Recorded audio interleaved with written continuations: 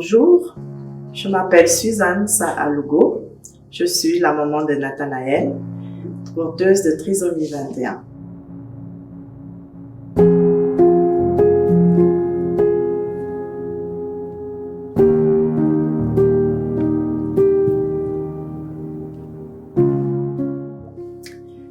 Ma grossesse s'est passée plutôt bien, plutôt tranquille. Tous les examens avaient été faits jusqu'à l'accouchement. Et c'est 2 jours après l'accouchement que la nouvelle m'a été annoncée.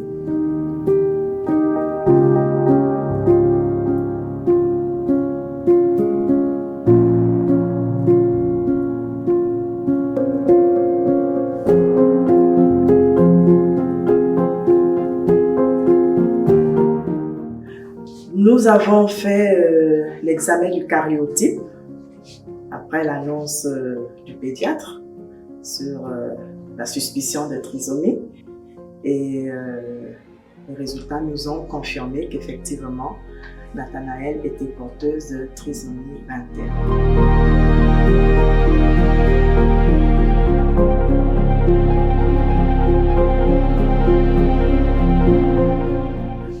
C'était plutôt dur, difficile. Ce qui m'a permis de tenir bon, c'est d'abord Dieu. Devant cet inconnu, j'ai décidé de mettre ma confiance en Dieu. Et aujourd'hui, je pense que j'ai pris une bonne décision. Ensuite, la force de tenir aussi m'est venue d'elle-même, Nathanaël. Parce que je la voyais toute petite et je voyais qu'elle était là, qu'elle avait envie de vivre, qu'elle voulait vivre et que moi j'avais la responsabilité de la faire vivre dans ce monde. Et plus les jours passaient, les années, plus je voyais sa force aussi, sa détermination. Elle ne s'est jamais fatiguée parce qu'on avait des journées, un quotidien lourd. Mais elle ne s'est jamais fatiguée, elle ne respectait pas parce qu'il fallait aller en rééducation. Elle faisait école et rééducation et elle avait toujours la force d'y aller. Ça m'a permis d'être forte moi aussi.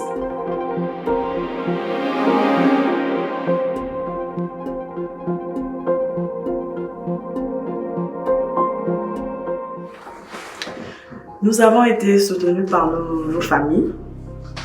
L'annonce s'est passée un peu différemment. Le papa, il a annoncé tout de suite au sien. Moi, c'était pas évident. J'ai annoncé à ma mère à la sortie de l'hôpital, mais je lui ai demandé de le garder pour elle. Je voulais pas que les autres membres de la famille, mes sœurs et les autres membres le sachent tout de suite.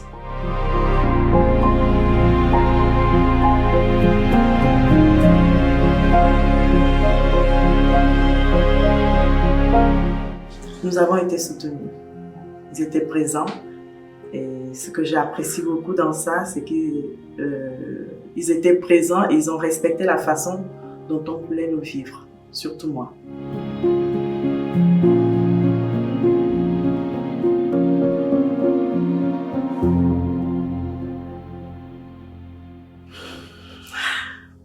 Ce qui est difficile et facile en même temps, en fait, c'est rentrer dans son monde.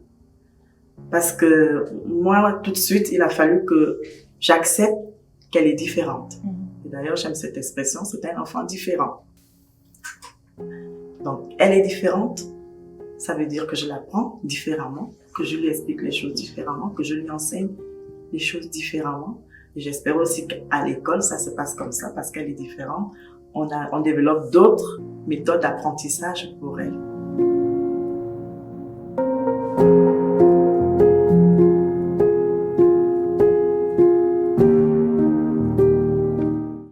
Nathanaël est la 3e. Elle a 2 grands frères. 7 ans à chaque fois d'écart entre mes 3 enfants. Voilà. Ses rapports avec ses grands frères,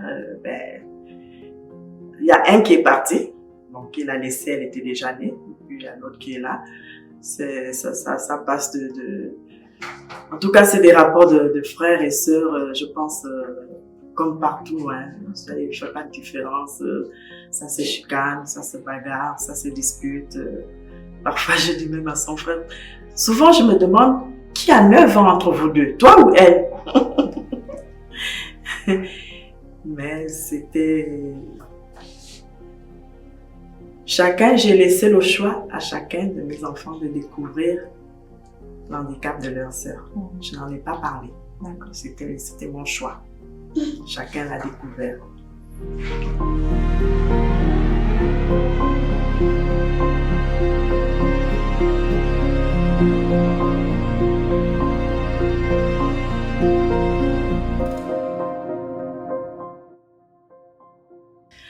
La pédiatre qui suivait à ce moment nous a recommandé une prise en charge précoce et multidisciplinaire. Alors Nathanaël a commencé ses prises en charge, elle avait 3 semaines de vie, juste après que le cordon ombilical soit tombé. On a commencé les séances de kinésithérapie, voilà, qui sont allées jusqu'à 9 mois. On a préparé la tenue de la tête, ensuite on a préparé le tonus, ensuite elle a préparé la position assise et la position et la marche. Et après la kinésithérapie, au 6e mois, nous allons commencer les séances d'orthophonie jusqu'à aujourd'hui. Et à 9 mois, elle avait aussi commencé la psychomotricité.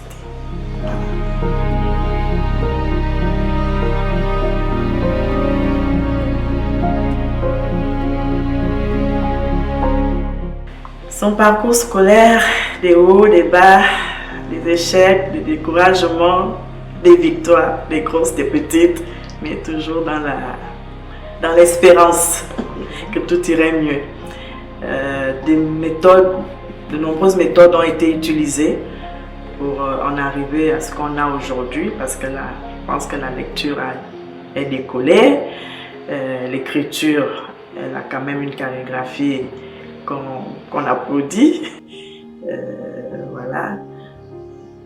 Nathanaël, on a pris le choix toujours qu'elle refasse 2 fois la même classe depuis la maternelle, parce qu'on voulait lui donner la chance de bien renforcer les acquisitions qu'elle avait dans chaque classe. Bon, ce qui fait qu'aujourd'hui, elle se retrouve au CP à 10 ans, mais bon, c'est pas ce qui nous intéresse. Ce qui nous intéresse, c'est le résultat de ces efforts-là.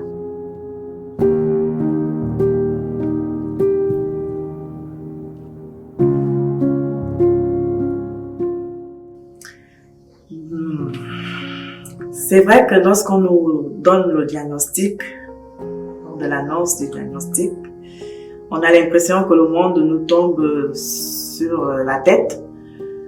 On a en tête l'enfant idéal qu'on avait rêvé d'avoir, qu'on portait dans son ventre. Et puis, bouf, là, on nous dit non, ça va pas être ça. Ça prend du temps, pour certains, de faire le deuil de cet enfant idéal. Mais il faut pas rester là.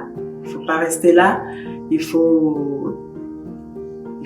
avoir la force, le courage de se dire, cet enfant, il mérite aussi ce que les autres ont et je peux le lui offrir.